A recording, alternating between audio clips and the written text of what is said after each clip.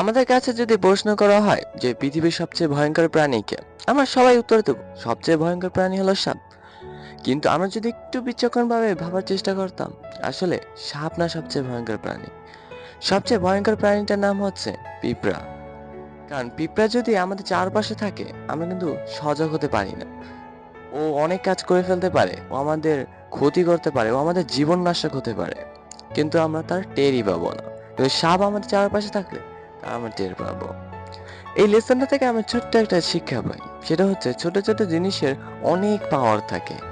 অর্থাৎ আমাদের লাইফে আমরা অনেক ছোট ছোট কাজ বা ডিসিশনকে এড়িয়ে যেতে চেষ্টা করি, কিন্তু ওই সিদ্ধান্তগুলো, ওই ছোট ছোট কাজগুলো যদি আমরা করতাম, আমাদের লাইফটা অনেক চেঞ্জ হয়ে যেতে পারতো। ওই ছোট কাজগুলোই আমাদের জীবনের টার্নিং পয়েন্ট হয়ে যেতে পারতো। তো এখন থেকে আমরা ওই ছোট ছোট ডিসিশন বা সিদ্ধান্ত এবং কাজগুলোকে এড়িয়ে যাব না।